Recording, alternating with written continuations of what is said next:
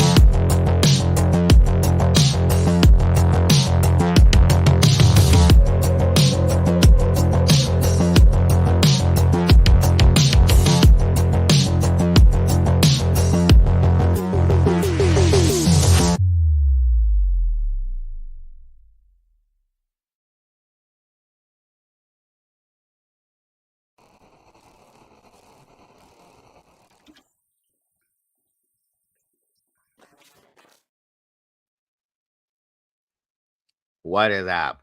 Welcome back. Great to be back in the cafe with you guys. Again. Always fun, and welcome. Guys, grab a seat, get comfortable, grab your drinks. Let's do this thing. Come on in the door. But as you're coming through the door, make sure you hit that button, guys. I'm sure you're tired of hearing me say it, but it's the only thing that keeps YouTube happy. So let's try to do it, please. Excuse me. Come on. Come one, come all. Let's do it. Come on in. Like I said, I was going to try to be here a little bit earlier, but I got wrapped up in watching Mr. Steve's show. And then my girl Jules, of all trades, true crime. She's awesome, you guys. I've known her since I come out here. She's great. I love her to death. She's great stuff.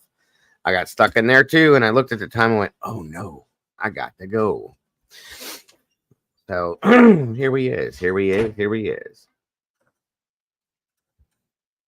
Speaking of which, that's another link that I want to start dropping. We haven't dropped that one in a long time. I don't know why, but we need to drop Jules's link in here too. I haven't seen her. I watch her pre-recorded shows, but she started doing live streams, and I finally caught one earlier. That's why I was stuck in there. So come on in, everybody. We got 21 peeps in here and 17 likes. Oh, let's make a match, everybody, if we can. Please. Come on down. Let's see who we got in here starting off as we're waiting on some peeps. It looks like Miss Paula's back in the house. Welcome back, Miss Paula. Metamom, hello to you again. Taylor with Stitching, Bitchin', and True Crime. Welcome back to you. My Doodlebug's in the house. There it is. Thank you, Doodle. Guys, please check out this channel if you get a chance. Jules is awesome. I love her to death. Like I said, I've known her since I first started in true crime, and she does great stuff. And she's real down to earth. She's not going to give you no BS, and she don't do drama. Facts. So go check her out if you will. Tell her Dago sent you. Make sure you hit the like button, subscribe over there, and all that fun stuff too. So thank you for that, Doodle. Lori Facts Not Feelings, welcome back. William Eyelash, hello to you. Mr. James Tate, such a pleasure. Good to see you. R Whip, hello and welcome back to you, and thank you for that. Let's see here. Steven's Adventure, welcome. Great to see you. Again, AK47, good to see you, brother. Thank you so much. Ms. Barbara, hello and welcome again. I just seen you. Good to have you here. Bark you. Hello to you. Susbusters, welcome back to you. Great to have you here. Let me see here. Miss Salty's in the house. There she is. There she is. There she is. Andy Rose, I know you guys were bored. I saw your little memes. Sorry. Yes, Doodle, I've had this shirt on all day long, believe it or not. I didn't do anything to get sweaty or dirty, so I wore the same shirt through the whole day. Same one, low reddish Nike. I think it's like a light red, pinky almost Nike shirt. One of my golfing shirts. Contagious Leslie, hello and welcome back. Music City Mom, we will be discussing a bunch of whatever, whole bunch of stuff, crime involved. Maybe some updates and all that fun stuff. Mr. Bobby, old dude in the house. Welcome back, sir. Pugopolis, hello and welcome back to you. Thank you for that, Miss Paula. Please, if you will. Well, thank you, Metamom. Appreciate that. Kim North of 54th, welcome back to you. Very good evening to you as well. And I hope you had a great day today too, ma'am. You said you were shark tooth hunting? Interesting. Sounds like fun.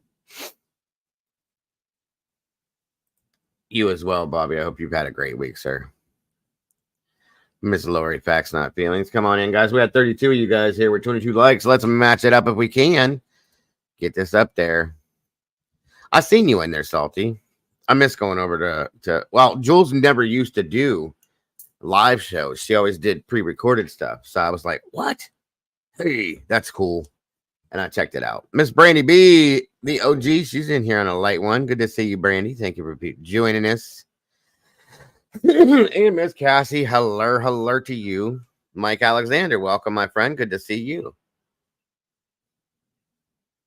We are, sir. We are definitely doing better. We're getting there. Like I said, we ain't gonna have nothing else at all for a while, but we got a home, and that's what matters. That is what matters. Thank you, Mike. I appreciate that very much. And that goes to all of you guys. Thank you so much for everything. All the kind words and prayers and thoughts and everything. You guys are amazing. Thank you for that.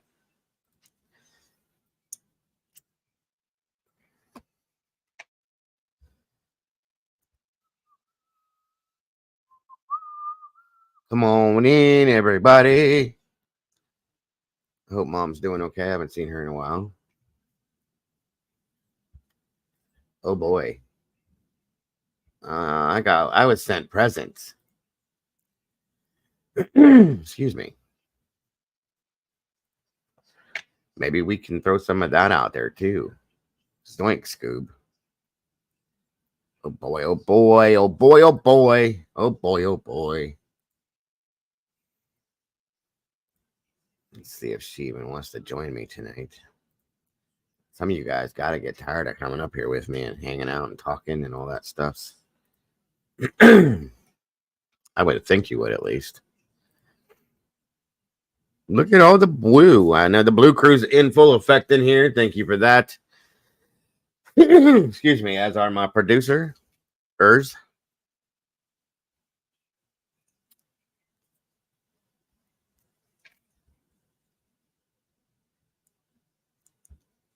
It's hard. It's weird to see you guys all in here at one time. I had so many. Michelle Weddle, hello, welcome back.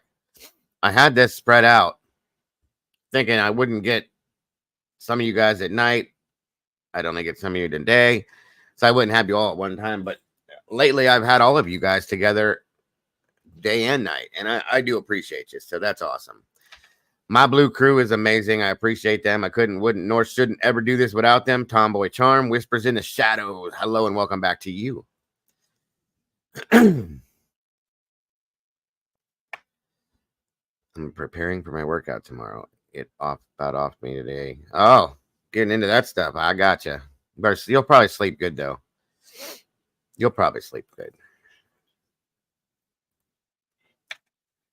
That's right. Don't mess with this blue crew at all. Well, thank you, Taylor. I appreciate that so very much. We may have to do that. Well, and especially when I do these open panels, I always, especially if I know you and you've been in here, I always invite people to express their voices on different things. I like to keep that stuff open, so.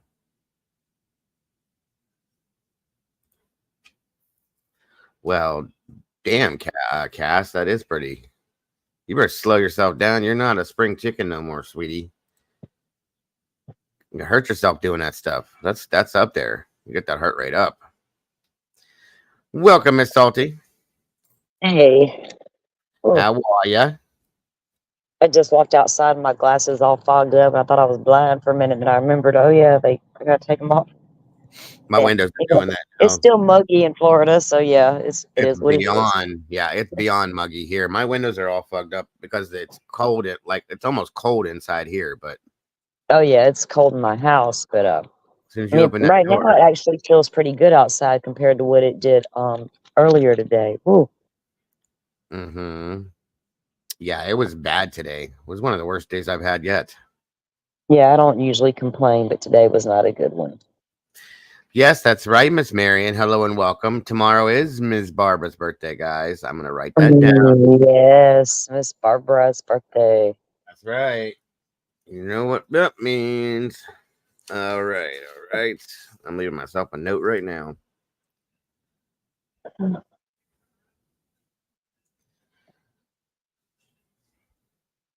And I will be in here earlier in the day like I was today. Tomorrow again. I'm trying to get back to that full-heartedly now. Cassie said, what did you just say, Miss Cass? Hold on. Excuse me, I'm only 29 for listen. I didn't say anything. I didn't give your age away either. I just said you're not a spring chicken no more. That's all I said. You are still the baby in here, though, I think. I think you're the youngest one in here. I believe. But that's okay. That's quite okay.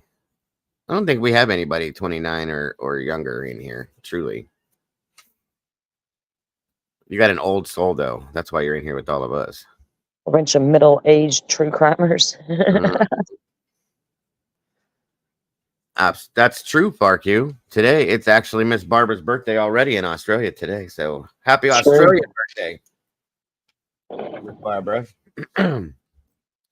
No, you listen. Uh-oh, she's getting in my face now, folks. Look at this. Uh-oh. I was warned to be careful. Getting Cass. Irma Gerd, here it comes. I'll be 50 in November, Michelle. I'll be honest with y'all. I'm a woman, and I have never given that number as much of a second thought. I promise. When I turned 40, I didn't care. When I turned 50, I didn't care. When I turned 57, I think that's what it was the other day, I didn't care.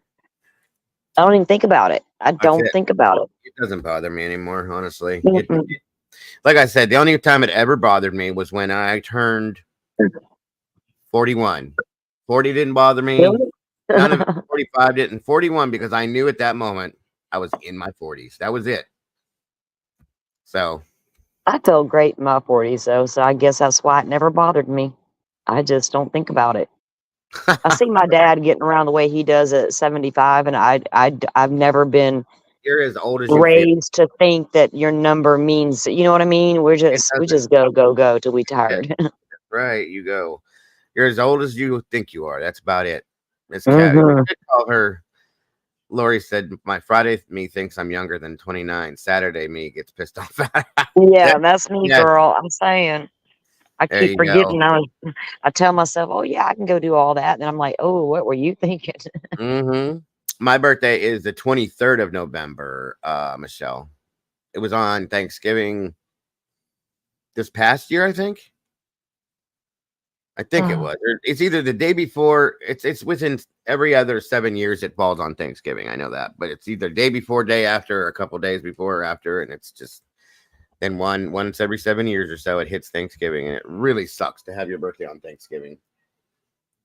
So Why? You still get a cake, don't you? kinda. I just sometimes I like to just. It's better than Christmas. Oh God, yes, yeah. My daughter-in-law, her birthday is the day after Christmas, and she's like, it is so bad. My youngest one is 2 weeks before Christmas, and all my babies were summer babies, you know? He Mm-hmm. was my only one. I was like, "Holy crap, this kid is, like, really close to Christmas." Then I felt bad for him. Right, because you don't get as many gifts. That's what my Yeah, you daughter. gotta wait all year, you know, for both things. And Um, they happen right after another. I am a yeah, Sagittarius. Yes, I am, Michelle. yep, The, so is my kiddo. the archer, or whatever that is. The Oh, traveler. I'm Do you like sorry to to hear. travel, Dago? Do you wanna travel? Do you like in your mind, do you just like escape and travel to places unknown? Usually the bathroom. Most Sagittarius like to travel though. The I ones I do. know do. I Yeah. do. I do, but not so much any. Now, what I would love to do, absolutely love, is to get a one of them big old nice beautiful RVs, set this Yeah. whole thing up inside there. Um, get in there with the wife and the child and travel and do true crime on the road. That's what I would love to do. Right? Damn, God, we have like the same ideas. I need a that is my sprinter van and shit. yes, yes, that's my dream. With no markings on it to say who I am.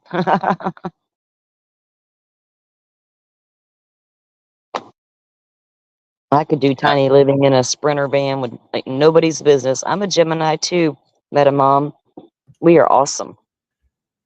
yeah, that's what I would love to do. I thought about it about a year ago, and I'm sitting here like, this would be awesome if I could go from crime to like crime, not crime scenes, but You could the just areas go that around I'm to, trying to yeah. travel to. Yes, Hmm. and like just to come live to you from those areas, Yeah. videos here and there, If we were balling like JLR, we could do it, dude. or Chris McDonough and his little silver bullet. One day, we'll live the dream one day. Maybe that would be great though. I'm serious. Every time a crime would hit or something new would hit, I'd be like, I'll see you guys in a couple days. Load it in and Awesome. off I go. Period. Lori and Metamom and me, we're all Geminis. Kaylee Gonzalez is also a Gemini. Geminis are very independent. I found Very. very, very yes. That's awesome. My wife is awesome. She's an Aquarius. She's a water sign. I love it. Oh, yeah. Nice. Very, very sweet. Um, well, don't make her mad though. That's a Paula, different. my daughter's a Pisces. My dad is too. They're very, you guys are, you're really cool. Pisces are cool. Yes, that's that is very true. Sagittarius is very stubborn. Yes, we are. Not as bad as my Taurus is. My God, one of my kid is a Taurus, and that dude is stubborn. Leos are very stubborn. Yeah, they are. Yeah, there's two of me in here, definitely. I do not, I own it outright. Yeah, that makes perfect sense, Miss Sherry. Sherry, I could see that, doesn't it, Dago? That Yes, just it like does. I should have guessed that shit. I was gonna actually, I would have thought that, to be honest with you, just because Yeah, of the personality she exerts. Truly, it makes perfect sense for her. yes, it does. 100%. The mother of the channel. That is what she is. She's definitely a water sign. No, we're not. Who's we? Andy, what are you saying? Are you a Virgo? She's defending herself, darn it. That's not stubbornness right there at all, is it? I have my son's birthday, my oldest son, and my mother-in-law. Oh, you're a Leo? Oh God, yes you are. Yes you are. Yeah. The creature was a Leo, and yeah, she was. Meta Mom, you got a June 9th. I am June 9th, and you are June 6th. Your Kaylee is June 8th.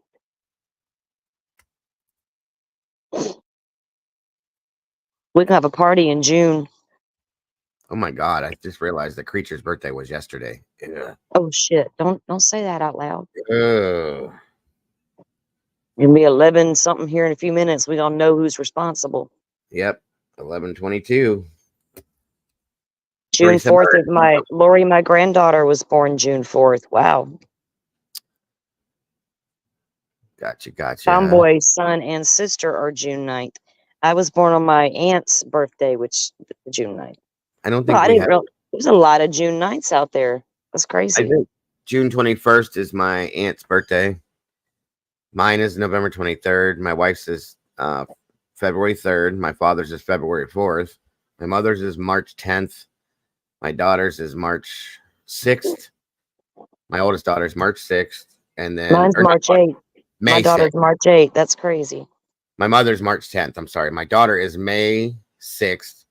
Then Caden's birthday is May 17th. And then my other son's birthday is May 21st. My son is May 7th. One of my sons. Okay.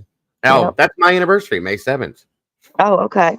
Nice. Well, and March 24th, that is my brother's birthday. I know somebody with March 21st too. Here, I see you, Leslie. Hello. Teresa Bird, hello, you too. Alabama Mama, Roll Tide. Welcome. August 2nd. I think August 2nd is my oldest son and my mother-in-law's birthday, and somebody else I know too. And then, which is tomorrow. August 21st is my twin's birthday. February 21st is my other daughter's birthday. Meta Mom, she gets 6686. You evil baby. Yeah. Whoever was born on the day 66 and 66, I don't want nothing to do with you. For real, I was born in 67, the summer of love. Mm-hmm. For real. 1974. Oh my gosh. That's me. 222, Diddlebug. February 22nd, and I always see 222 everywhere. I just saw that number today. Where the hell did I see 222 at? Angel numbers, dude. Is it? I just saw that today. Yeah, there's a special meaning behind 222. What did I see it on today? A baby. Now pay attention and see how many times you see that over the next few days, weeks. I will, definitely. I am not. I wish I was a baby still. I'm about to be 50 years old. Oh, good Lord. That is so weird. Listen, it doesn't bother me that I'm going to be 50, okay? It's weird to me to sit here and say I'm going to be 50 when I can very clearly remember when I turned 20, okay? And I being 50 years old. It's a half a century, folks. And it's like, good Lord, 50 years. Like, what are you going to do with the next 50, dude? You could do it. You can live to be 100. My wife's aunt, Selma, is 107. Yeah. Like, I'm not trying to die. I'm just trying to live. Right. That woman is, like, still going, too. She's having trouble seeing. And she can't drive. She's trying to drive, but they won't let her drive no more. They're like, no, Miss Selma, you can't drive no more. Yeah. I've already told my kids, when y'all see me start forgetting everything and I start going sideways, just sit me down and tell me. Like, remember this contract we signed with you, Mom, that said if you did this, this, and this? It's like, no, just take it off the table. We're just going to nip it in the bud now. Right. Welcome lighting their way. Could you guys imagine what somebody that is 107 years old has seen? I know, right? When I heard her age, I just sat there and went, I want to sit and talk to you for hours and just tell me stories. That's all I want. Yeah. You know, they have tons of stories, you know. and how much things have changed. Look at how things have changed for us over the years from when we were born to right now. Oh my All God. the things. Can you imagine being that old and like, well, honey, I remember when we didn't even have running water, you know? Well, that's what I mean. Somebody that's Yeah. 107 years old has gone from literally, because she's from Alabama, and there was a Yeah. lot. They went from horse and buggy Mm-hmm. to what we have right now as far as transportation, electric cars, for God's sakes. You know Electric what I car, I mean? mean, right? For real, think about that for a minute.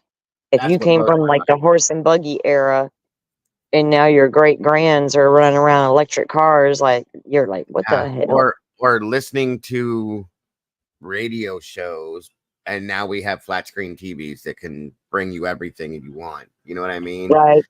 Like even on Coal Miner's Daughter, they had to conserve the batteries for the radio, Yep. which had to suck if you liked music. Miss Loretta. Like, right? Absolutely. Like, save my money for them batteries. To hell with them shoes. Do you? I love that movie. I That's love my her too. favorite movie. If it's on, Loretta, I'm watching it. that's gotta been one of the sweetest women ever to live, ever. That is my absolute all-time favorite movie. I know it by heart. So here's a little quick story for you. My wife tells this to everybody. She thinks it's hilarious. So when we first got together, we were at Walmart, and you know how Walmart used to have those bins in the aisle where they would throw all the DVDs in there, just a mix of them, and they were like $3 or $5 Yep. or something. So we always went through them because I used to collect DVDs. I have probably 4,000 of them.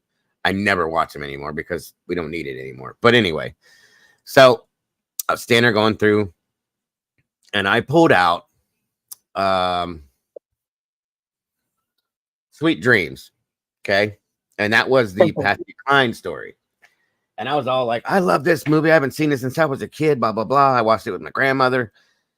Whatever. Bought the movie. Took it home. A couple days later, she's at work. I think I was off that day, and I'm figuring, okay, I'm gonna watch this movie. I haven't seen it in like 25 years. Threw it in. I'm watching it. I'm like, wait a minute. But I knew both movies because I had seen them both. But I saw that movie, and I'm like, wait, something's not right. What is?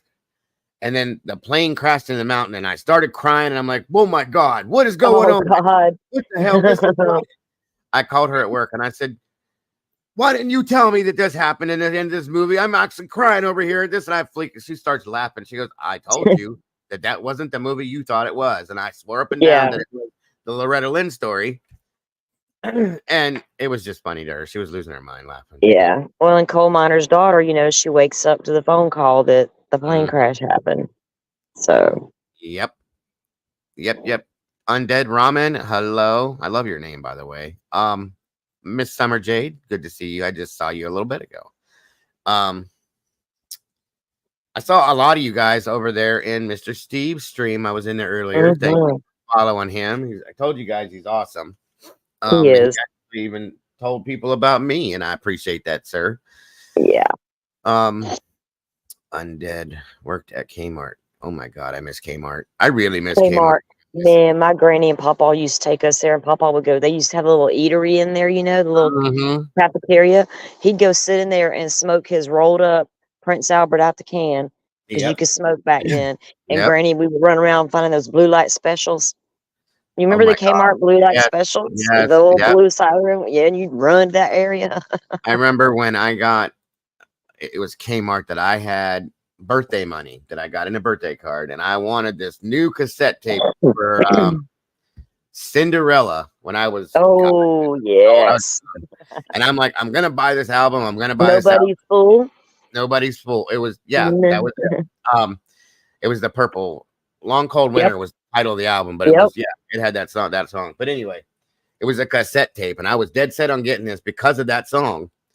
And the glass case, they used to be in a glass case with locks on them. You couldn't get the tapes out. Okay.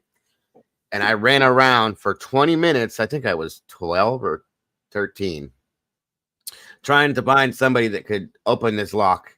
Nobody could find their key. I know what you're talking about. It was a little slide lock thing that would slide down.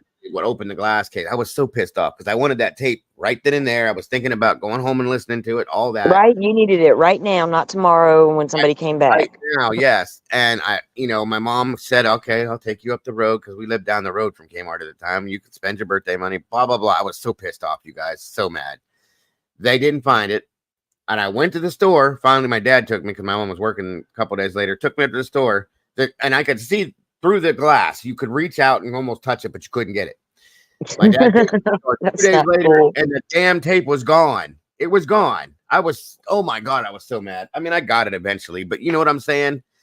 Oh, yeah. That was a big deal back then. I mean, it really was. Yes. That's how that. That's what I would spend every time I would get on was cassettes. I bought Bon Jovi there in Jersey. I had so many. You know, the other day I was at my sister's. She's been doing some stuff around her house. She's like, you need to come over. I got some of your stuff here. I was like, what do you have of mine? She's like, I have your entire album collection. I was like, no shit. She's like, I got them all. Do you want them or not? I was like, girl, don't be getting rid of my albums because those were mine and hers actually. And we were the metalheads. Dude, you ought to see that stack I got in my room right now. I was like floored. I was like, I've got to get me a record player because I don't have one now, and I haven't in years.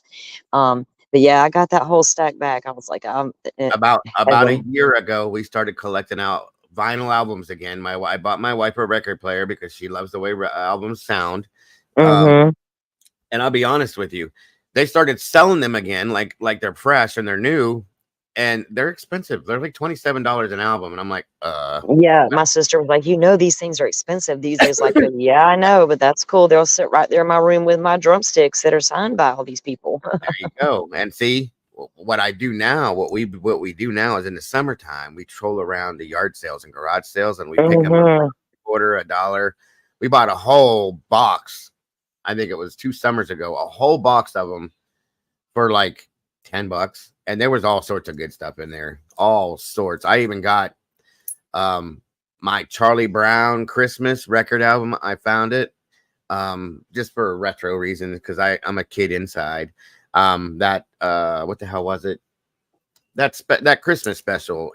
It's Christmas, Charlie Brown or whatever. Charlie Brown's Christmas thing. Yeah. I found it on an album. I have it. The album is blue, actually, the vinyl part of it. It's really cool. I found some other ones too at a yard sale for my kids, my grandkids. The Mickey Mouse one, and then of course we got good old stuff. I found a unopened. Is it raining? It sure as hell is. And unopened with the plastic still on it. Fleetwood Mac album yard sale for 25 cents. What? Yeah. And it hadn't been opened yet? Hadn't been opened yet. And it was Rhiannon. I think it was the Rhiannon album. Yeah. What the hell is the deal with this rain out of nowhere? Shit. Sounds like my house is gonna blow over. If I disappear, you guys know why. Yeah, I have Johnny Cash. I get my dad's album collection when he passes. We got married in a fever, hotter than a pepper sprout. I love that freaking song. Yes. Jackson, Johnny Cash, June Carter Cash. Jackson, yes, I love Johnny Cash. Period. I don't care who you are, what kind of music. I was raised on that stuff, man. Everybody likes Johnny Cash. I had a Gremlin car. My grandchildren do, and they don't. You know what I'm saying? My grandson's in the car. He's like, "Can you play this Johnny Cash song, Grandma?" I was like, "What? Are you serious?" He's like, "Yeah." I'm like, "Okay." That's Caden. Well, you guys know Caden loves older music, this and that. So yeah. Pat Benatar. My dad has the original White album. He's got the Rainbow Bridge album. He's got Black Sabbath's Master Reality album, all in there in mint condition. So all of those are mine. They're all mine. I don't want to say I can't wait, but and they all work perfectly. Like nothing's wrong with them. So the Rainbow Bridge album and the White album are both worth money. I found out. I didn't realize that, but they really are. My dad was an old hippie, like big time hippie. Dude I'll have to find a picture. You guys will never believe it. I'll show you a picture of him now and then a picture of him then. He had hair. He looked like the lead singer from Kansas back in the day. Here we go. 11:22. Glitch.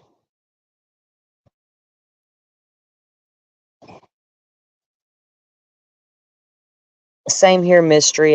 My parents were not hippies. They were far from it. I grew up on old country music. And we're back. Sorry about that. For years I thought that's the only kind of music there was. And I had older cousins, and one of them, he could drive. Well, there was a bunch of girls in the family. Like, he was one of the only boys, but he had a car now and all this stuff. And we'd all be at the river on the weekends. But he'd come up to the river, and every time with a trunk full of moon pies and RC cola and the Eagles blaring, and I fell head over heels in love with the Eagles. Oh my That's God. to this day. Yeah. Oh my God. The harmonies, the everything about the Eagles, you cannot go wrong. I'm gonna show you guys something. Well, before we get into what we're gonna do, my father. This is my stepfather, mind you, because I told you guys my biological father passed away. But he's, by all rights, this is my father. He always has been. He is on the back of the Hotel California album. Hold on a minute. The streak. I sing that to my grandson because I caught him one day running from the bathroom to his room because he forgot his clothes or whatever he was doing. And I started singing that. He's like, "Don't say that, Grandma." And I was like, "Dude, it's a song. It's okay." So now he tells me, "You can't call me the streak." He comes out of the bathroom fully dressed. Hold on. I never promised you a rose garden. Yeah, my stepfather, I told you, was an old hippie. He lived in LA way back in the day, and they would all party all over the place. That's just how it was then, from the stories he's told me. And they grabbed a bunch of regulars, or not regulars, but just like people that were hanging around, partying, this and that. And he was in this picture. God bless America. I can't find it. Here it is. Doodle wants to know if you're naked. Huh? No, I'm not naked. I like you guys. I wouldn't do that to you. Hee-Haw was a good show, mystery. I'm gonna have to pull it up and blow it up really big and show it to you guys. And then I'll find a picture of him and show you that it's him. I thought that was kind of a cool thing. I got a couple things. My biological father, I think I told you guys before, was the studio drummer for the Animals. Oh yeah, Hee-Haw. The hell was his name? Roy Clark. Roy Clark, Buck Owens, Minnie Pearl. Minnie Pearl, Grandpa Jones. Okay, so it's this album cover, but I have to really be able to blow it up. Ooh, Barbara Mandrell show was good. I miss shows like that. So do I. He's back here in this back portion back here. I will blow this up and I will show you. It's pretty wild. But anyway, what happened to stuff like that? Like all of that kind of stuff, to be honest with you. The variety shows. Yes. Mm-hmm. Do y'all remember the Midnight Special with Wolfman Jack? Mm-hmm. In the 70s? He was all rock and roll. It was good. Yeah, my cousins always watched it. It was like on late at night. And so remember the Gong Show with Chuck Berry? Yes. Good Lord. That was great. I'd be gonging everybody. I'm sorry. You suck and you suck. What are y'all doing up here? Absolutely. I was born 29. I'm gonna die at 29. Undead. Mystery Hello. Grizzly Adams. That was another good one. I tell you the shows I liked, guys, and you wouldn't believe it, but Little House on the Prairie. That's my favorite. I know, that's crazy. My favorite TV show. It's like, yeah, because that's my favorite TV show, and then Coal Miner's Daughter, my favorite movie. You know, and I think I've seen every Little House on the Prairie way more than the average person should probably see them. Well, I don't know about that because I own a box set of them. So. Oh, do you now? Okay. I swear to God, guys, I'm a weird person. I am. No, you're good. And look, the Waltons was good. God, we're the all other one. Like, that was the other one. We were showing our age. Yes, I love the Waltons, and just any kind of show, any of those types of shows like that. I love the Simple Times, man. The Simple Times. Hell, I even have. I'll show you one day. It might be close. A box set. It's opened now, but it was unopened. of the Alfred Hitchcock shows, all of them on DVD or Blu-ray, I think it is, but it's all in a box set I picked up at a yard sale for $5. Bobby Sanford and Son. Da, da, da, da, da, da. That I'm coming to join you, Elizabeth. My grandfather watched that show and he did not miss it. it was hilarious. The Jeffersons. Mm-hmm. I'm 41. You're still a baby. I remember seeing that picture. Another one. I liked Michael Landon in general because I liked that other show he did, Highway to Heaven. Highway to Heaven, and he did it with what's his name that he was also on Little House on the Prairie. The guy with the beard, Mr. Edwards. Mr. Olson or Edwards. Edwards. Yeah, yes, that's right. Mm-hmm. Good night, John Boy. Who's the boss? I only watched that because I had a huge crush on, and I still do, on Alyssa Milano. So Golden Girls, I love that one. I think everybody likes the Golden Girls. Come on now. Yeah, we can all relate to the Golden Girls. Murder, She Wrote. I love that show. Still, I watch reruns of that. And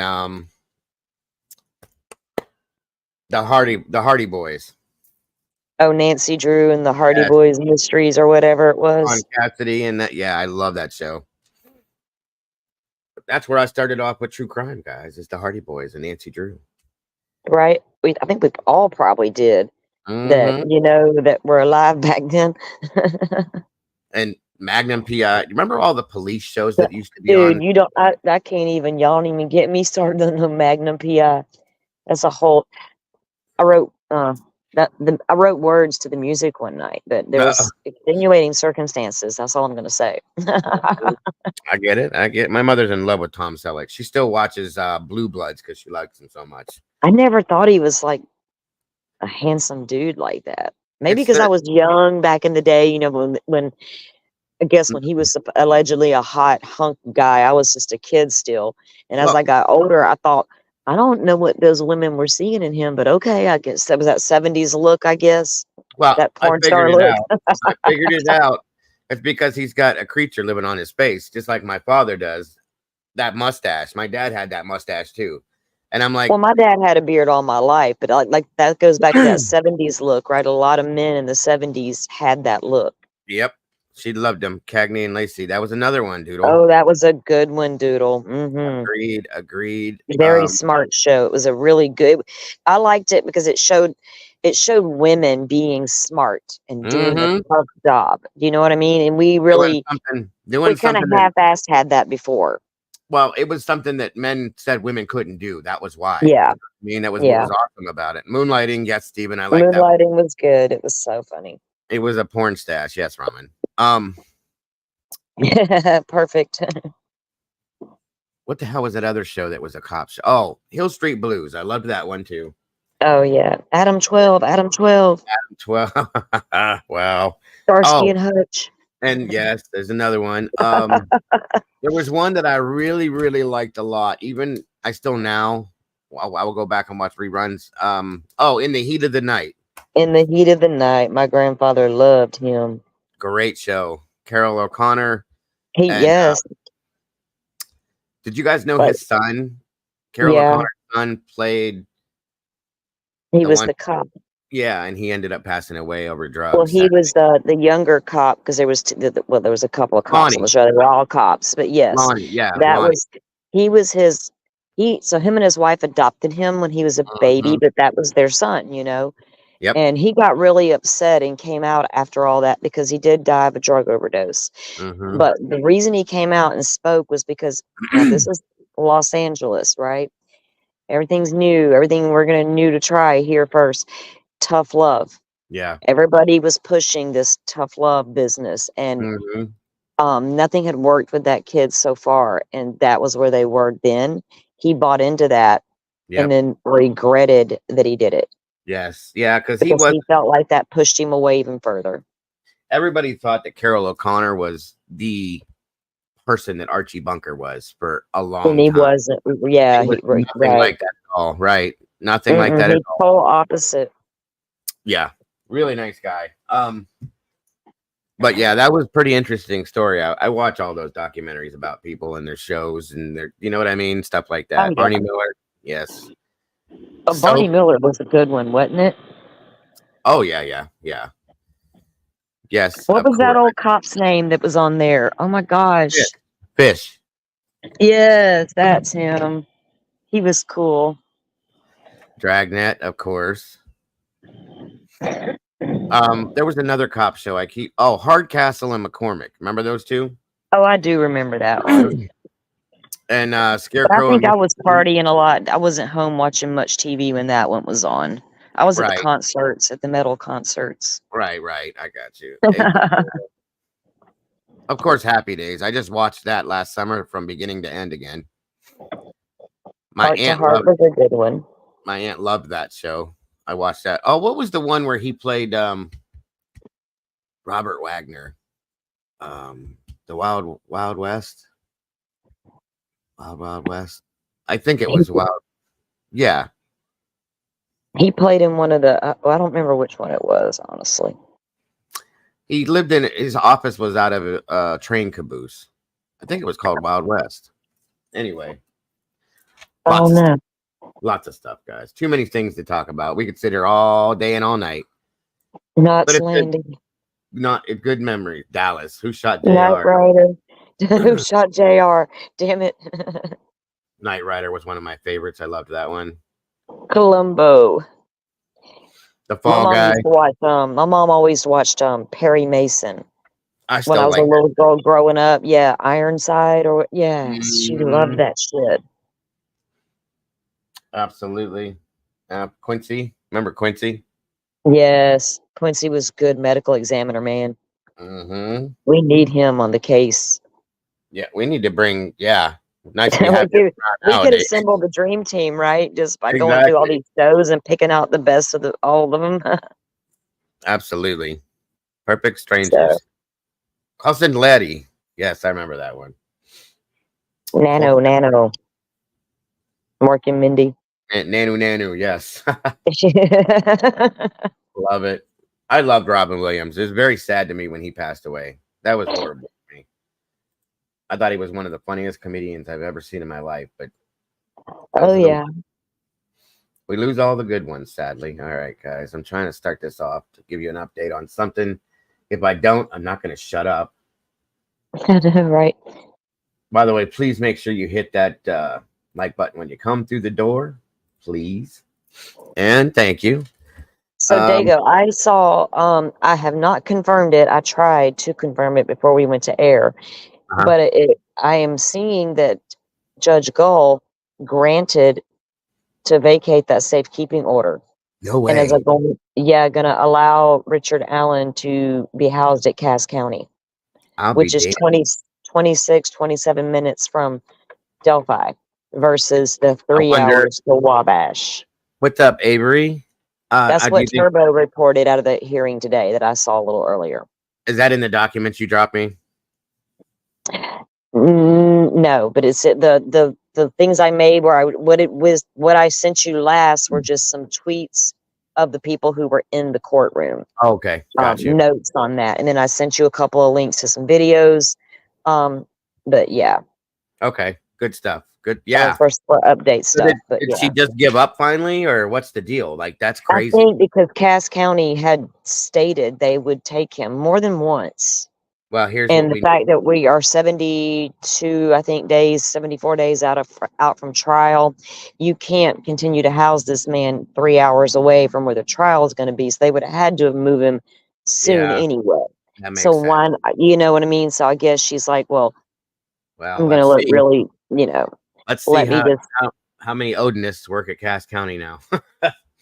Well, it's the county jail, so I think they'll be a little easier to maintain. You know what I mean? I don't think they'll get away with stuff as bad, but no, not at all. But yeah, I'm assuming that's what like I said, there's no confirmation of it yet, but that's what she reported that came out of the I think that's the only thing that she's ruled on so far out of the 3 days. That's good news though. That is good news because that'll give him maybe a little more of his rights back. Hopefully, we'll see. Well, he's got to have the time with his attorneys. Agreed. And the attorneys have to travel 3 hours to get there. They have to travel 3 hours to get back. So you got 6 hours of just traveling to see your client and trying to prepare for your case. and then That's talking to him from extremely hard. a cage. Yeah. Yeah, maybe that'll Yeah. change. That'll be good for him. That is some good stuff. It's good to hear those things when they happen. I appreciate that. Interesting stuff. You guys are still on the damn TV shows. I see you over here. And Doodle, Debbie does Dallas, really? Weirdo. Debbie does Dallas. So she's That like damn Debbie weirdo. got around. Look, you're nuts, Doodle. I swear to God. Ryan's Hope, Edge of Night. Oh my goodness. I watched Days of Our Lives. When I had the chicken pox, I was stuck at home and I watched Days of Our Lives and I got all into it. Stefano Demira and all that fun stuff. It was crazy. Actually, I ended up with a what's her name? I ended up with a crush on Deidre Hall, who played Marlena on Days of Our Lives. I had a big crush on her. Murder Candy podcast. The Delphi trial is in October, but I can't recall the exact date it starts. I want to say the 4th, but I might be wrong. But it is in October. I know it is like the first week of October, yes. And I was just getting ready to say that, Bobby. The old show, Dark Shadows, yes. Love that stuff. Okay, folks. So I'm going to start this off tonight, at least with this, because we're going to talk about it at least once, because we always do. I try to keep you updated. And there's actually somewhat of an update on this. So we all know that Joshua Zimmerman is still on the loose. 7 weeks out, we're like almost 50 days in. This guy is still out there, still dangerous. And the whole story behind it is crazy, as you all know. So just an update on it to keep you guys knowing what's going on, as I always do with this case. Hold on a minute. 1 second here. Nope, wrong one. Hold on. I want to make sure you guys can hear it. Good old Nick doing his thing. Here we go. Oh, okay, Avery. That's if you have a way to link it or whatever, drop it in here. Let us know. I'll definitely drop by and check it out. Follow it for sure. I'm on Apple, Spotify, and all. That's awesome. Good for you. Congratulations. Yeah, definitely. It's a way to be. Way to be. I've been thinking about the podcast thing because a couple people have come to me with that idea. So we'll see. All right, here we go. Let's check this out. Yeah, this is day 49. Manhunt for Joshua Zimmerman. Joshua Zimmerman escaped from the DeSoto County Courthouse on June 14th out of Mississippi. He was last seen in Memphis on June 15th. Here's what June of 2024, just shy of a year, is how long he was in for, where he didn't get much sunlight at all. So he gets out. Avery. We're going on day 50. So, I mean, a tan is not far-fetched at all. And he can literally, 2, 4, 6, 8, 10, 12. There's at least 12, if not 24. It can every disguise. You have to do it in 3 different skin tones, right? Like a tan, an extra tan, and then sunburn, or say he's in the house. Those are really the only options. And there's really not much else. Again, Zimmerman is wanted out of Texas for murder in the first degree. He's wanted out of Mississippi for attempted murder. He's wanted and armed robbery. He's wanted out of Connecticut for 2 rapes. All right, I'm going to start this over because his charges are so long. Zimmerman is wanted for 2 rapes, an attempted murder, and a kidnapping in Connecticut. He's wanted for murder in the first degree in Texas. He's wanted for attempted murder and armed robbery and carjacking in Mississippi. Now, the sheriff in Mississippi initially said that he's wanted for carjacking and he was brought in for that, but that's just not true. That's, I guess, a little true. He has a carjacking, but he also has a few bodies under his belt, and he also rapes men and women, and he also kidnaps. So it's a big difference. It's not a carjacking. It's not just an attempted murderer. This guy, the police, not that the police are doing good, they're taking orders, but the sheriff, that guy, Tuggle, whatever his name is, he's a very charismatic himself. He called Zimmerman a charismatic guy. He said, we've transported 24,702 inmates. Obviously, Zimmerman wasn't one, because he's on the run. And mind you, he's a liar. That sheriff, I showed you, I don't know if you were in here, Salty, but that sheriff that they did the interview with, they blatantly lied to the news that day and said multiple things that were not true. And it made me wonder, like, are you just covering your ass, or is there something else that you got going on that nobody knows? I remember hearing that when you were reviewing it last, and that's crazy. Probably are covering. There's some serious department failures with this case. Absolutely, and that's what I'm saying. You are absolutely covering your ass. You're lying about things that we're sitting here looking at proof of being positive, true, and you're saying it's not. Like, it's insane to me, and I feel so bad for DeSoto County if that's their sheriff, because it's just, the dude needs to leave. He needs to be gone. And the thing is, they said yesterday, I didn't know this either. It was in a document I was reading. In May, DeSoto County hired a bunch of new COs at the jail, and he left in June. How about that? I did not know that till yesterday. And it's weird to me. Like Nick said, he goes, some of his own people could have applied for the job, got hired, and bing, bang, boom. That's all it took. Which makes That's how a lot of times you get somebody on the inside. That's exactly how you do it.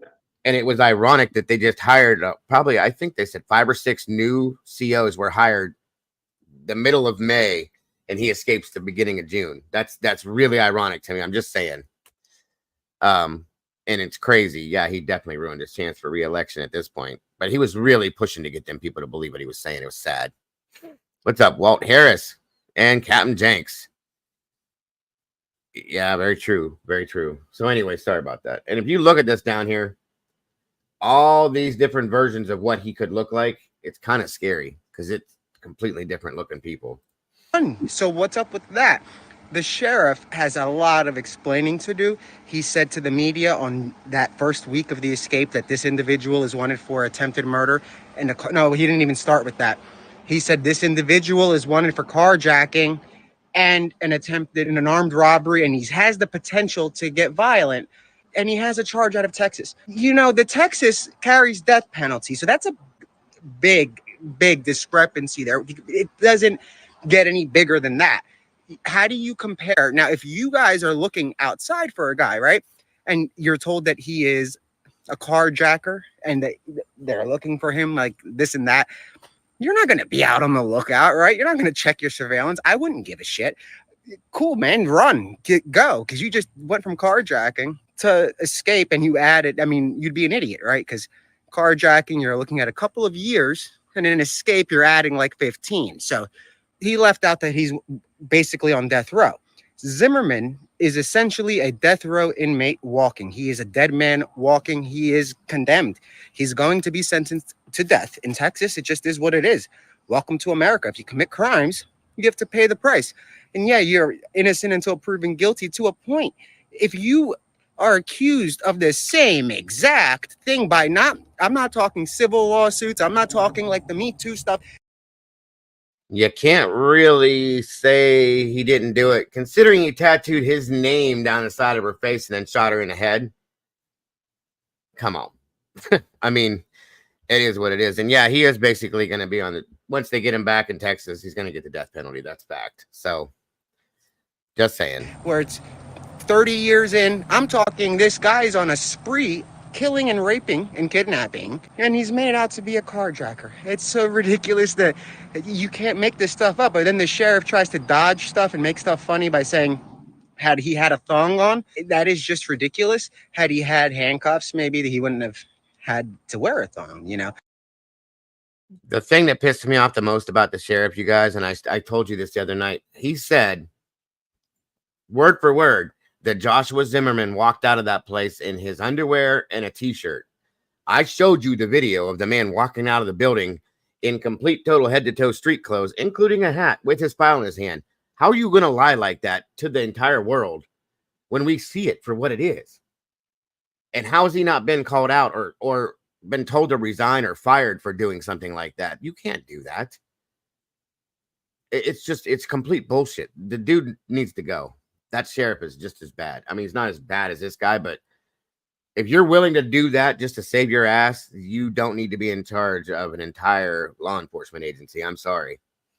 So. But again, guys, Zimmerman is not your average escapee. If he is still in Memphis, he's going to be making a move, and he's going to be making it sooner than later. It's getting close to the point of desperation, right? Because you can't be on the run for this long and not move and get desperate. His money lines, wherever he's getting money from, if you're helping Zimmerman, it's really not worth it in the long run, because you're going to end up doing 45 years in prison. Anybody that is caught when if they execute a search warrant and they find Zimmerman, anybody else in that house, you guys are all going, all of you, and you can all thank Zimmerman. But he might escape again. If it's in Mississippi, they'll let him out, and then you guys can pay the price. But if you're in the house with him when they come, you're looking at 45 years because Texas wants you for 25, Connecticut for about whatever I tweeted a few days ago. It added up to 45 years. And that is what, I mean, you're going to help a cross-dressing spree killer get cross-country for what? So you can do 45 years in prison when he offs himself, knowing that he has a death sentence. He's not a gangster. He's not in a gang. He's not a thug. He's a coward. He's a wimp. That's what he is. In Waterbury, he has no street cred. If you guys in Memphis are giving it to him, you're idiots because you're taking somebody that was rejected from the streets, okay, for a reason. He's a Latin princess. He's not a Latin king. The Latin kings threw him under the bus. He's a joke, dude. You know that you're a joke when a gang says, nah, he's not ours. Okay, he's a princess. That's what he got chased out of Waterbury. He was embarrassed and stemmed from the rape of a male, right? So the gangs in Waterbury, they don't like that as much. I'm not saying they don't really, from what I understand, gangs are not into they do the drug. Am I the only person here that Nick reminds you of JLR? Reminds me of JLR in some senses? Because I swear he does. He reminds me a little bit of JLR. It's weird, but just saying. Drug dealing and stuff like that, but when it comes to sex offenses and stuff like that, no. But then you have a sex offender who doesn't discriminate. He'll do everything, you know. For all we know, he's into bestiality. The guy is sick, and honestly, he has to be put down. If you're watching this, Zimmerman, it sucks. Either take meds, go to prison, or you have to be put down. At the end of the day, you are a monster that is going out on a spree. That's what this guy is. He's a spree killer. He's not a carjacker. He's a spree killer. Big difference. He might have carjacked somebody in Mississippi as part of his spree killing. The guy that lived was supposed to die. Spree killing, right? He didn't come to Mississippi to go have breakfast. No, he came to Mississippi to find a town where he can, in his head, settle down and victimize somebody until the clock caught up with him. He was charged with murder. They thought his name was Vincent. He was going by Michael. The guy is slick, but he's not that slick, okay? He's not. Nobody is when it comes down to it, and everybody makes mistakes during manhunts. You guys saw Danilo Cavalcante. When he made his mistake, it was over within a few. That was if you take Longwood Gardens out of the picture after that, then it was over after when he made his first mistake after long. When they find out that you're harboring a princess that's going around raping men. Now look at all these different variations of how this guy could look and has in the past, what he's done to himself, but how easy it would be for him to blend into the world, okay? And women and kidnapping others and killing the rest. You've got a problem, and you're not going to be in a gang. You're going to be in prison, but not protected, because Zimmerman is not in a gang, okay? If he claims he is, he's a coward. He's a liar. That gang, what gang? His family? Give me a break. There is no gang that is taking credit for Zimmerman. He's alone. He's in Memphis, is helping him. You guys have to work together in Memphis. If you live there, I know normally, like even in Philly, people don't tell, but let me tell you, if Zimmerman came in Philly right now with the reward out, doesn't take much. We're dealing with a rapist, okay? That's not something that's called snitching. That's called making the world a better place. We don't need rapists running around. We just don't. Thank you, DeSoto County Sheriff. Great job with the 24,702 other inmates that you apparently kept. How do we know nobody escaped, you moron? We literally don't. You deleted the surveillance of this one, and you want us to believe that nobody ever escaped from your little courthouse that has no doorknobs on the third floor? Give me a break. That place should have been condemned in the 1800s when they built it. It should be shut down tomorrow. That prosecutor should lock up that sheriff, because there's something going on in DeSoto County. They downplayed this, so when somebody gets killed, and somebody will, Zimmerman is not going around selling cookies. He's going to kill if he hasn't. He's going to rape if he hasn't, and he's going to kidnap if he hasn't. He might have a family hostage right now, for all we know, but we just don't, because he hasn't been cited. And it doesn't. Okay, and that, like I said, guys, day 49. I just wanted you guys to see all the variations of the disguises that he could have. Nick is going to go on forever and ever, and we're not going to listen to the whole thing. I just wanted you to see that the update again. He's still out and running, and could Doesn't look help like when any people one of these call in. people. Well, no, they don't call in. Any one of these faces you see flashing through here, he could look like any one of them people at this point, and could be anywhere at this point. And all the places he's been, they said anywhere between Cleveland, Florida, or Ohio, Florida, Tennessee, Oklahoma, Mississippi, and supposedly is heading towards Connecticut. That's a lot of places, you guys. Anywhere in between there. That's why I think he's so damn dangerous. Why would you go to Connecticut? Because he made a statement. His sister came out and said, "This is not a joke. This is not a threat. This is a fact. My brother is going to Connecticut to kill 5 people. Fact." And it was but he hasn't yet. So I'm sure that they. Yeah, of course. But what Connecticut's an oddball place, but I would. Yeah, I don't know. This guy could be any damn where. Well, I don't know if it was you or somebody else that said that if this guy could be a contract hire, okay, to be going somewhere specific to deal with specific amounts of people says something to me. I do believe that he's working for or with a group of somebody for those reasons, okay? And who knows? He may be waiting to do something because he knows he's being looked for. I don't know. I don't care. I hope nobody else gets hurt, but I don't. He needs to be caught yesterday and the day before yesterday and put back in prison and never let go again.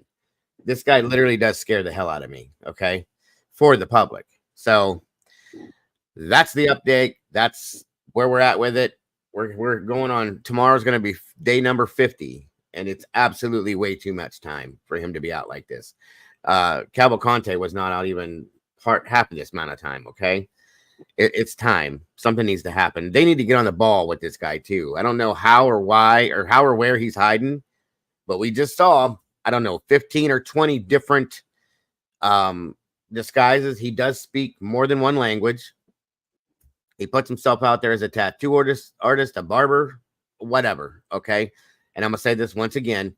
If you know anything about him and if you come upon him anywhere you see him, do not approach him. Get the hell away from him. Call 911 and ask to be connected to the marshals or call the 1-800-336-0102. And if you're absolutely last case scenario, in my opinion, you can call Dogs Line, the 833-3835-5346. And you can text 2-332-252-3636 and just get him off the streets. That's all I'm saying, guys. Very dangerous scenario. And it should have been dealt with a long time ago. That sheriff needs to be pulled from office, in my opinion, because it's just, there's no excuse for any of what happened. So. Debbie Clark, Jesus. Lord. What if he goes to Atlanta, Georgia Saturday for Jesus? Yeah, right. Good Lord. That's a whole other story. I don't watch any of that, so I didn't even know that was happening. I couldn't tell you what's going down over there. I spoke my piece on the Trump thing and walked away because it went crazy. It went nuts like I knew it would. And I don't even make it about him. It was about what was done to the country that day. Like so many other things, what was done to the country was missed. So yeah, I have nothing to say either. I don't want nothing to do Nothing to say. That was a complete failure. That should never happen. Don't care what side you're on. And I'm not a Trump supporter. I don't support nobody, honestly. None of them people. Me either. Not a single one of them. My understanding is that Kennedy dropped out too now. So I have no idea who's going to be who now. I couldn't tell you who the hell's all running. My understanding is it's Trump. So I don't know. What's her name ain't running no more. I thought she still was. Harris too. Yeah, Kamala. So yeah, it's gonna be between them two. I reckon. I don't know. They can battle it out. I don't care. It's gonna suck either way. I don't either because I'm not, like I said, I don't follow, and like you said, I'm not following any of them right now. So be it. Welcome, JC. So let me get out of there. JC, you still having a hard time with the car situation, hun? I think she got it worked out. I thought she did. I hope so. Yeah, I don't know. If she's still in a rental car or not. All right. Let's see here. Oop, hold on a minute.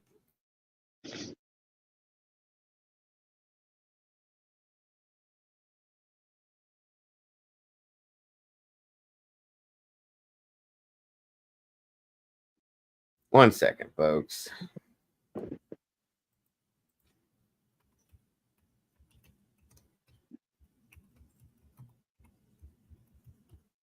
Excuse me.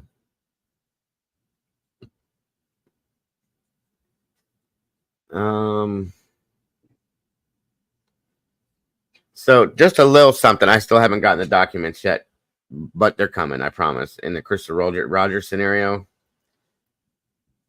Hold on a minute. I'm going to show you guys a little something on here. Just some newer updates. And we got a couple other things to look at. Different cases. All right. Here we go. Let me know if it sounds okay or it sounds right. I'm sorry. It's 9 years since Crystal Roger was last seen alive, and new today, the Nelson County judge on the case has released. This is from 4 weeks ago, so a month ago, you guys. July 3rd. Released a ruling denying Steve Lawson's motion to dismiss those charges against him. Lawson filed a motion for his charges to be dismissed, claiming he was promised immunity when he talked to police. But a judge has ruled his statements and the information he gave was inconsistent, and he did not meet the prosecutor's requirements for that immunity agreement. His trial will now move forward as scheduled. Meanwhile, he is charged with 2 other men, Crystal's former boyfriend, Brooks Houck, and a former employee, Joseph Lawson. Today, for the first time since she was first reported missing, her family has some idea of what happened to her. The arrests of these 3 men, hundreds of court documents, and police interview footage, piecing together a puzzle that's been almost a decade in the making. So there's that, but she said some interesting. I got to do some digging now. Yes, ma'am. I stay so preoccupied with Delphi and a couple other cases. I keep an eye on this one, but I haven't read through all the documents, so I need to do that. That's what I want to do, is start pulling new and older documents and putting them together and seeing if it puts anything else out there. There's some new stuff that actually made me like look twice. I'll just put it that way. This is. Well, I'm always looking at. I'm always this. This is one of my top 3 that sit on my desk at all times. I just haven't pulled any documents in a while because I've been busier with other stuff going on. Yeah. I do get it. This is 6 months ago. This was dropped here. So Rogers' case in Bardstown was arraigned today for criminal conspiracy to commit murder. Stephen Lawson's also charged with tampering with evidence. He appeared for today's hearing by video from the Nelson County Jail. Lawson's attorney entered not guilty pleas on both counts and asked a judge to set a bond reduction hearing. The attorney says the only thing Lawson's guilty of is picking up his son from a roadside emergency. He picked his son up, had a flat tire on about mile marker 14 on the Bluegrass Parkway heading west. He received a phone call from his son that he broke down. He went out there and picked him up, and there was a flat tire.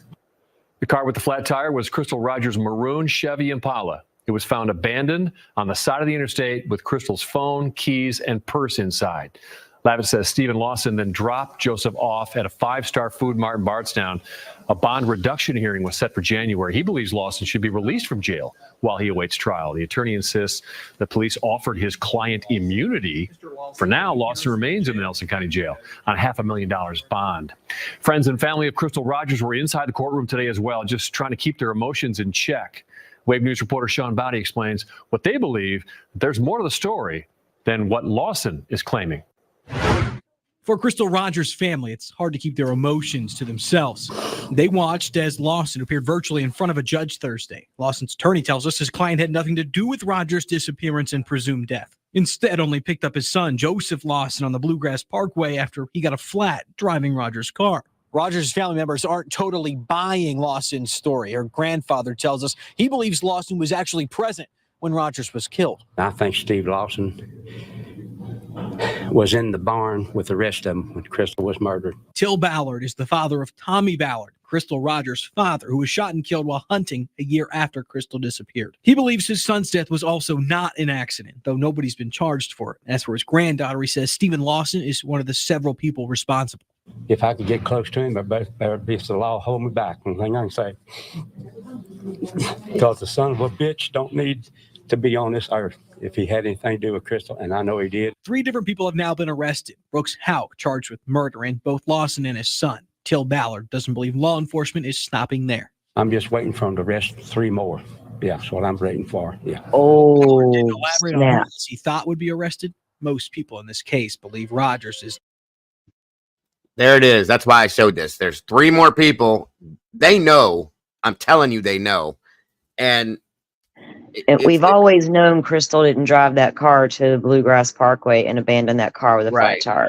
Right. We've always known that. And so I knew that the story about the dad saying he picked up his son that, from the car. Remember, Crystal's stuff was still in that car. Is she going to loan her car out to somebody? Here, go borrow my car. I'm going to leave my purse, my phone, and stuff in there while you do that. No. He may have driven that car there, but he did it on purpose to leave it there to make. Yeah, it was. Oh yeah, definitely. That's what he did. It was a setup. Absolutely. It was definitely a setup because they left Crystal's items in the car, but they did not put that seat back the way Crystal would have left it. Nope. Bingo. And they're gonna bring Nick's gonna get brought back into this. I promise you, 100%. Okay, it's all gonna definitely. come together. Nick is one of those 3. You can bet that. I feel that one of them can't be arrested because she's gone. Welcome, Teresa. Yeah. Tammy Lawson, Steve Lawson, and Joe Lawson. Okay, those are 3 of them. Nick Houck and Brooks. Okay, that's the 6 people I believe are involved in this.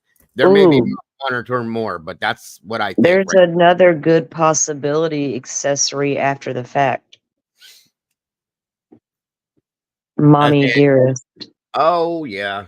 I don't know. I'm just trying to figure out what, because I don't know. Maybe every time I see that woman, I get the goosebumps. The hair stands up on my neck, like she knows something, if not everything. Okay, and could have very well been right there, been involved in it. Okay. Tomboy, I wonder what, because Nick was also, an officer, and so was Jason. So I don't know. Did they have some sort of beef? You know what I mean? What prompted Jason's murder? I think Jason knew something was right. Was it tied to something he knew in Crystal's case, or was it unrelated? I believe it, or he knew how long after Tommy Ballard was killed. I think Jason was before Tommy. Before him, okay. It might have been. You know what? I got to go back and double check the dates, Dago, because it's been 10 years since Crystal passed. So, and that's where we got a lot of. It's not like this just happened, so it's been a minute. But yeah, but this is a big circle of a mess, guys, and I'm telling you, it's starting to come together now. It really is. And I'm gonna be here for it. That's fact. Because it's about damn time. It's dead that were body. Yeah, I thought Jason was before Crystal, but I wasn't positive. So if Jason was before Crystal and Nick was involved, then Nick was already gung ho to do shit, I guess. You know what I mean? Yeah, that's true. Like I said, the dates, I get them so confused because there's so many different names and dates and times, and I didn't take notes on this back in the day, and I wasn't doing this either. So I'm just catching myself up on what I do remember. So I think it's all going to come together relatively soon, in my opinion, but I don't know. We'll see. So let me finish this real fast. Lawson will be back in court after the new year. In Bardstown, Sean Bowdy, Wave News.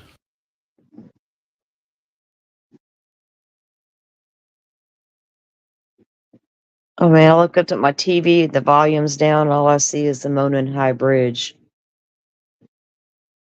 Court TV's on. I'm not too terribly far from Montgomery. I mean a few hours, but I'll have to look into that.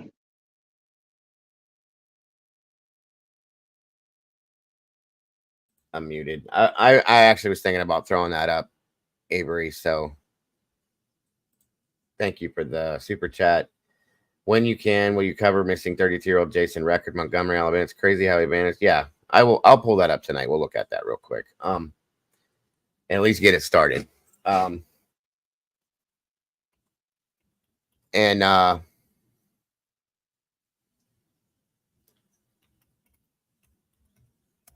I saw that the Court TV did. Hold on a minute here.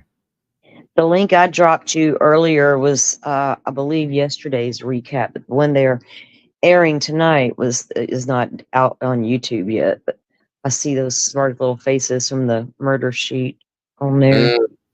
I'm like, yeah. I'm not a fan. Let me hold my phone where I don't have to see it. And and now they got an Odinist patch up there. Shit. See, I can't escape it. I get it. I get it. And you know what? My TV's rarely on, but it's actually on right now. Let me see something here. If my TV's on, I'm usually watching YouTube. Absolutely. Hold on a minute. Let me do this other thing first.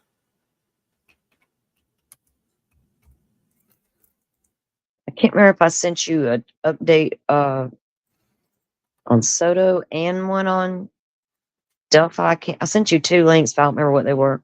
Who they were. I think one was Nancy Grace, and one was a Court TV thing. Let me see. Hold on here. Oh yeah. Okay. Let's look at this one first.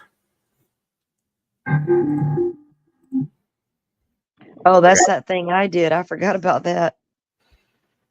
Yeah, let's check this out first, and then we'll catch up on this. And yeah, I'll pull that up about Jason Record. Absolutely, no problem. All right, can I blow this up any bigger? I made it. The one I put on YouTube is formatted for YouTube, so I don't know if you can or not. All right, well, I'll just play this here, and then we'll move to the next stuff here. Yeah, this is just very short. Little tiny peanut, little tiny peanut, little tiny peanut. I can't sing that song. That's Jake's song. That would be nice. Can't hang it out and sing Jake's song to a little tiny peanut dog. Oh, you're so cute. Come here, sweetie pie. Oh, it's kind of hard to believe you're the same breed. Oh, you're cute.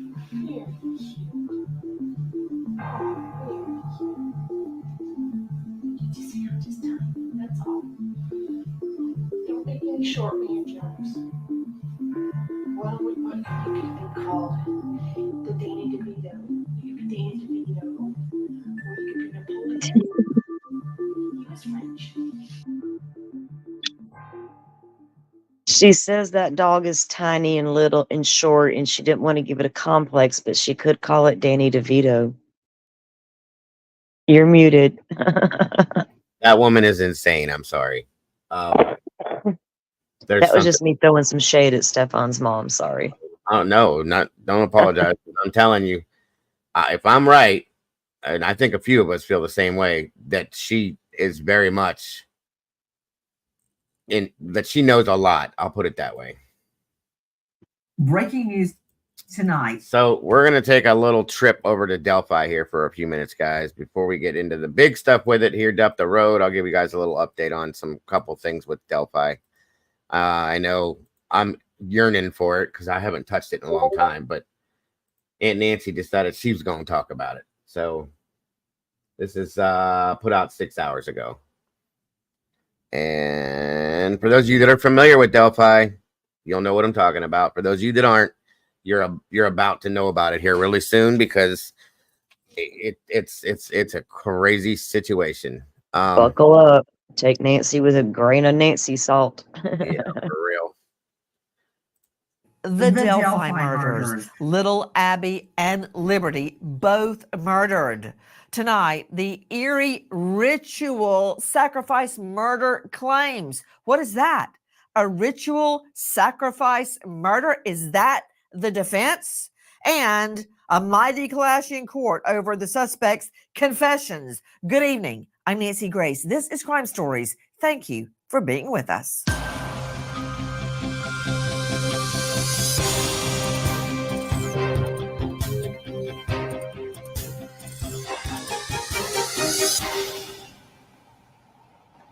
Abigail Williams and Liberty German set out to walk along the popular Delphi historic trail, but the two missed their appointed pickup time. What happened to Abby and Libby? Right now, hearings are going on in that courtroom, and joining us at the courthouse, my longtime friend and colleague, Susan Hendricks, journalist, author of Down the Hill, My Descent into the Double Murder in Delphi. You may know her from my old TV home, HLN. Well, here she is now with us with the latest. Susan, welcome. What's happening? I'm hearing that there is a mighty clash of the titans in the courtroom over alleged confessions, statements that the suspect made, and also the state is trying to quash the defense that Odinists, which are kind of like they worship like Thor and the Valkyrie.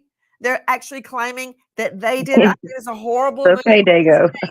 In fact, if I were prosecuting this, I would be mad if the defense didn't claim Odinists did the deed. Yeah, that's an excellent point, Nancy. Great to see you. Really some heated moments, as you mentioned, in the courtroom. What will be admissible? What will the judge rule on this? What will be left out? But huge, I'll start with the confessions, the alleged confessions that Richard Allen made to his wife, Kathy, and his mother, who, by the way, are front row there in the hearings. And he mouthed the prisoner, Richard Allen, the suspect, "I love you," when leaving the courtroom. So back to the Odinist theory. There's been several frank motions, and the judge has yet to rule on that. But that is where they're going. We're getting a taste of the defense theory during these hearings. Will it be admissible? And you bring up such a good point. Why not let it in? Because the one name they do want in, which is one of the Frank's motions, Brad Holder, the prosecution saying, look, he has an alibi. We don't want to allow this. But that does make sense. Let them have their theory. If he has an alibi, the jurors are going to see that.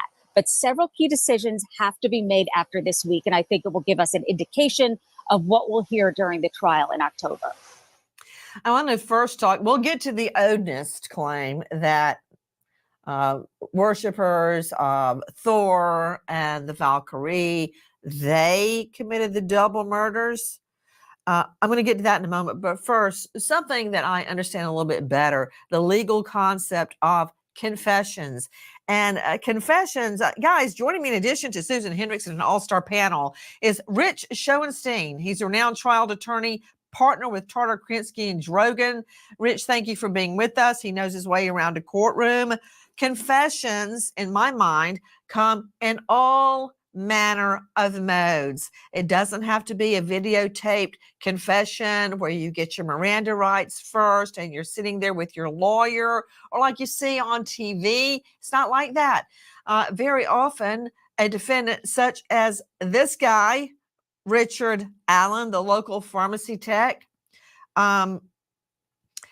says to his wife on the phone from the jail, basically, yeah, I did it.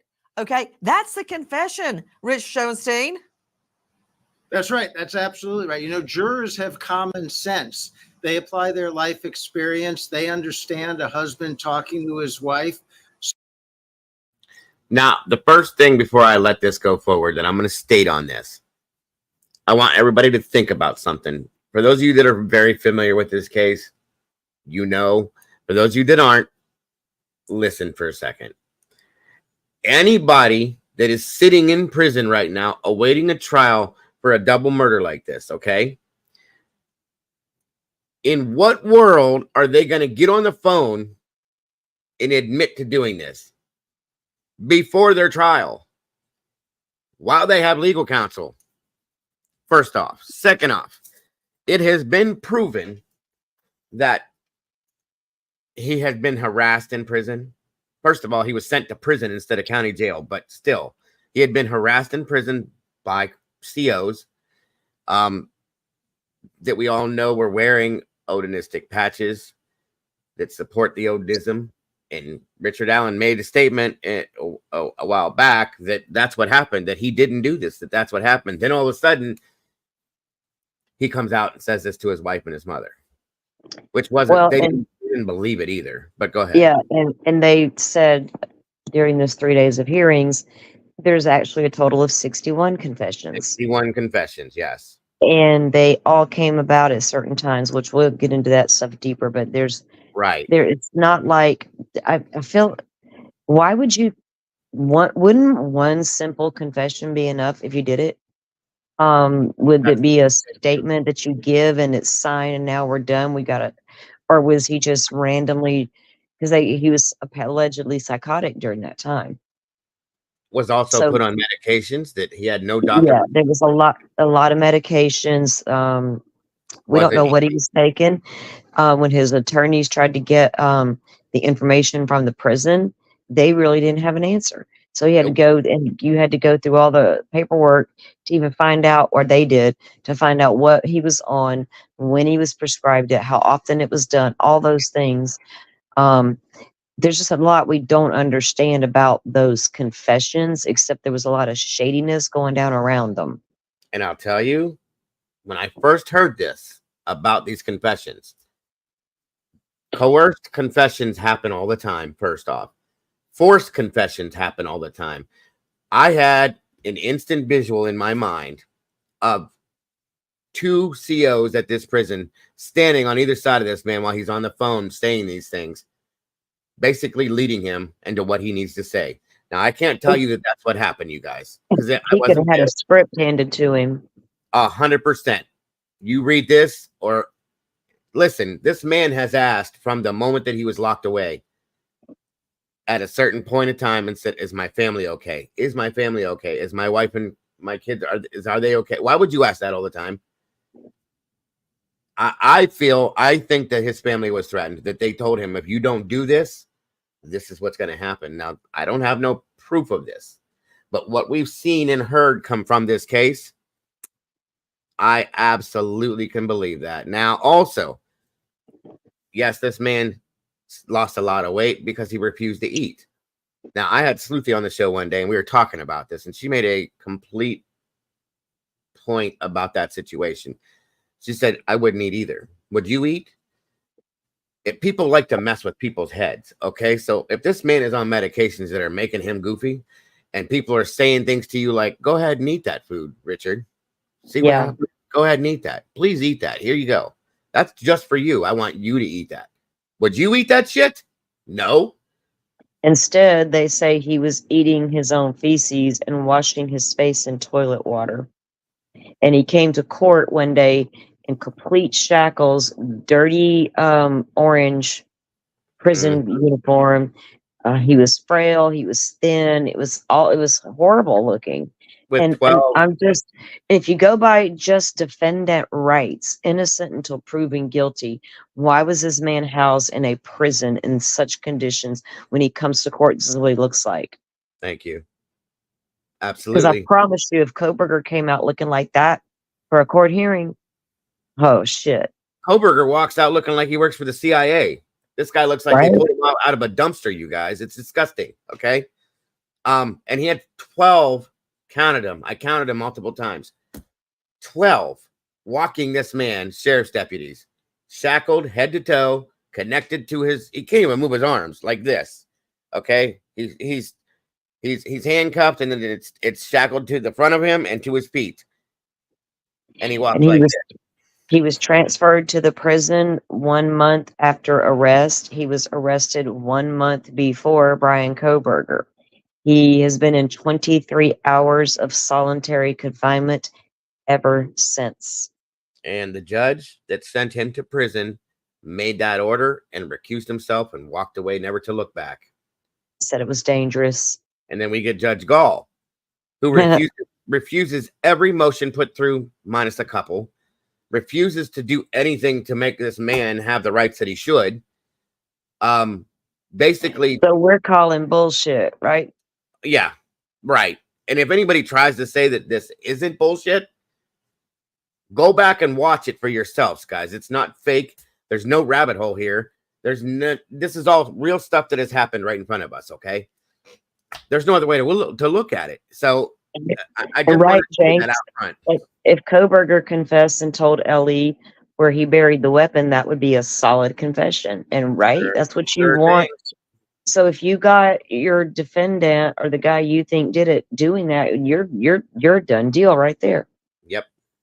And there's people out here that say, "Oh, he confessed. I'm done. He did it." Bullshit. Miss me with that. So are they saying that he confessed without an official confessional statement to the law enforcement officer, like jailhouse confessions to the wife? Does that not count? Did y'all not say, "Oh, well, we heard you tell your wife he did it. Now do you want to make a formal statement?" Was he ever asked that question? I absolutely doubt that, and I absolutely doubt that he ever did that. I think these were all nothing but jailhouse confessions. So that's my opinion. I could be proved wrong. Okay. I mean, if Kohberger confessed, I would need Ann Taylor to sign off on that he wasn't coerced. Right. I mean, I'm not. Yeah. Now, one more thing I want to throw into this little blender of stuff we're talking about that I think is one of the most important things. Another inmate that was in this prison with him came forward presenting a statement and said that he had watched all of these things happen. Now, I'm going to say something here before anybody says. I got that. That's funny you brought that up because I found that again this morning, and it's like 7-8 pages long. I have to get it. I got it up to the side for the show we present. So. Oh yeah, absolutely. I can't wait for that either. If an inmate is in a prison, is he going to agree with or disagree with the COs that take care of him for his own well-being? He's going to go along with what they tell him to do, and this guy didn't do that. Okay. And in one of the confessions, allegedly, out of these 61, one of them, he even made the statement that he shot the girls in the back. The girls were not shot. Nope. At all. Nothing. There was no gunshots. This was all, in my opinion, coerced, drug-induced confessions that don't mean nothing. That's my opinion. So keep that in mind, you guys. Like I said, we're about to get into this, and you're going to see it all for what it is. And when it all unravels, you're just going to sit there. I'll be the one to help you pick your jaw up off the floor. I'll tell you that. Okay. Welcome, Miss B. Good to see you. So let's finish this here. So those words are to a jury perhaps more meaningful than something he would say under police interrogation. That's him telling the truth to his own wife, and you can certainly see why the defense wants to keep out any version of a statement like that. Okay, a quick question, and remember, this is ping pong, not jest. I know you're used to standing up and making all sorts of complicated legal arguments, but what about the claim, and I certainly don't want to give the defense any ideas, that this was a marital communication protected by husband-wife privilege, even though it was over a jailhouse phone? I think it is, because she can't testify to that confession. They're married. That's not legal. She can't do that, first off, but I'm just saying. Might be some credit. I think there might be some credit to that. It is a communication. It is a private communication between husband and wife. So I'd have to look at local law on the marital privilege, which I don't know in that state to really understand if they have a shot at that. But he is talking to his wife. Rich, I've got a way to defeat it. Okay. Got a way to defeat it. Here it is. If you utter a confidential communication, such as you tell your lawyer, "I did it. I'm up S Creek without a paddle," that's protected under attorney-client privilege. But what if you say it at a cocktail party and everybody's standing around and can hear everything you say? You yourself, by saying it around other people, have waived your attorney-client privilege, and you cannot claim that at trial. Same thing here. This is how I would defeat husband-wife. He said it on a jailhouse phone. And everybody knows, and there's a sign up there says these are being recorded. So Does that still stand if you're being coerced or threatened? How about that, Nancy? I'm just wondered. Because if it can be proved that he was threatened or coerced, that should not stand at all, in my opinion. Period. And yeah, how can you? Now I know there's like 3, I think, of these confessions they want kept out. How can you not? Why not just get them all out? I mean, why do you got to sort through all 61 and pick out the one? I don't understand. Well, I think that 3 of them are way more damning than the rest, in my opinion. That's probably why. Yeah, they're probably because of the whatever's said in them. Mm-hmm. Yeah. But that's what she just said is a joke to me. I'm sorry, because that doesn't work. That doesn't matter. I don't, whether it's the phone says the calls are recorded, great, so on and so forth. But again, if you were threatened or coerced and can prove it, which I think you can, because they have testimony from another inmate that watched this stuff happen, whether he's an inmate or not, it's still another person, and it is what it is. You have to take that into account, at least, in my opinion. So, just saying. he willingly gave up that confidentiality. That's how I would attack it. I like the argument. You're absolutely right about a cocktail party. If you say something to your lawyer in front of other people, there is no privilege. You've waived it because you've shared it with people you don't have a privilege with. So I think that's a pretty good argument. Yeah, but there's also the fact that he was never given the right to his own privacy with anything either, guys. So when could he have had a private conversation anywhere? Because they never allowed it. They filmed him when he was having conversations with his own attorneys, his wife, whoever. He never had his own privacy to have those conversations. What the fox? What's going on with you? They think they can control the situation for the outcome they want. Of course, that's how that works. That's what they're doing. That's what they do. So yeah, and I don't understand why they continue to want to be so shady about everything over there. When you know you've got questions, you know you've been before the Supreme Court 2 times with this case. I just feel like I don't know what's going on here anymore. You know, why I wouldn't probably feel this way if I felt like the prosecution was playing ball or the judge was playing ball, but they're not. Now, if I get really pissed off over there in Idaho if Judge denied all of Ann's requests for motions? Yes, because that's not the way you do things. And it's happening all through this entire case. It's crazy. I've never seen a case like this.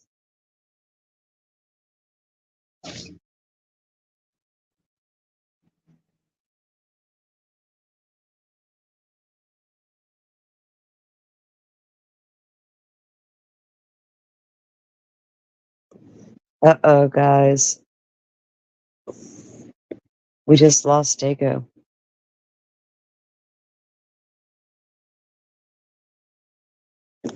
I hope we get to see what they have at trial. She shot down cameras and audio again the other day. So we might get transcripts.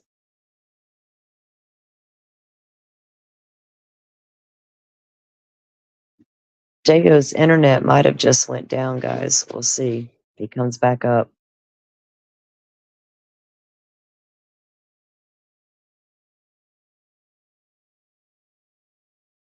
No, we can't blame it on the 11:22. Yeah, Dago's an hour. It's 11:30 my time. It's 12:30 where Dago is.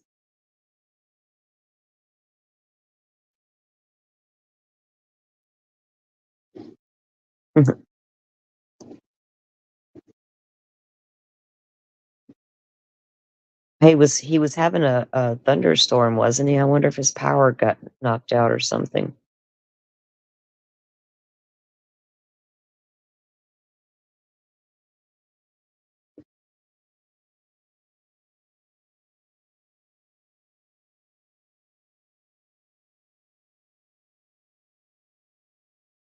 It's not storming here tonight. It was the other night, but tonight it's quiet. He said it was raining pretty hard there earlier, so I don't know. We all know how his Wi-Fi can act up sometimes, or how that goes.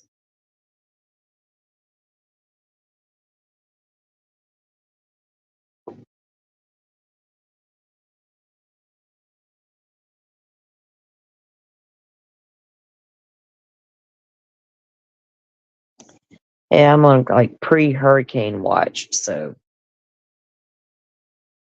read your comment, please, Teresa. Let me scroll back up here.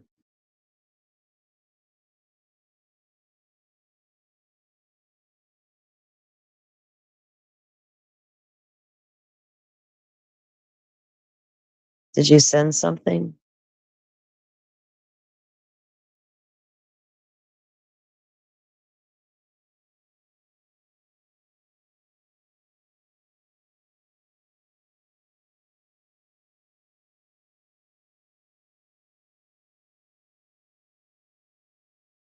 I was looking through the comments. I don't see what you're talking about. Oh, I'm in Florida. I'm used to thunderstorms. But yeah, we might be getting a hurricane if the thing continues to blow the way it's blowing. It's not a hurricane yet. It's just a storm. I don't even know if it's tropical storm status yet.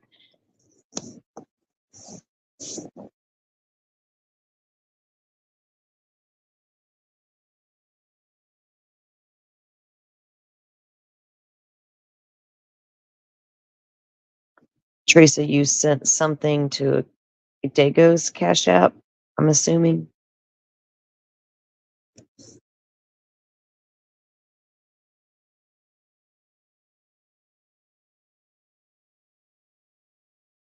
Is it a tropical storm now? I haven't checked since, I guess early this morning. But I got all most of my stuff's ready to go as usual, but we'll see what it does. All right, guys, I don't know if we should hang around here and wait on him or just leave out and maybe he can come shut it down. I think maybe he's got an issue there. Okay, you sent Dago something over Cash App. Well, I'll let him know and he can check on that. Storms over Canton. Yeah, he might have got hit with something rough there and lost power. So we'll call it a night, guys. Y'all, thanks for coming in. We won't forget where we left off. We were just recapping the Delphi update stuff. So I'm sure he'll be going live tomorrow as long as everything's good on his end. So be looking for that for sure. All right. Well, have a good night, everyone. Thanks for coming in. We appreciate it.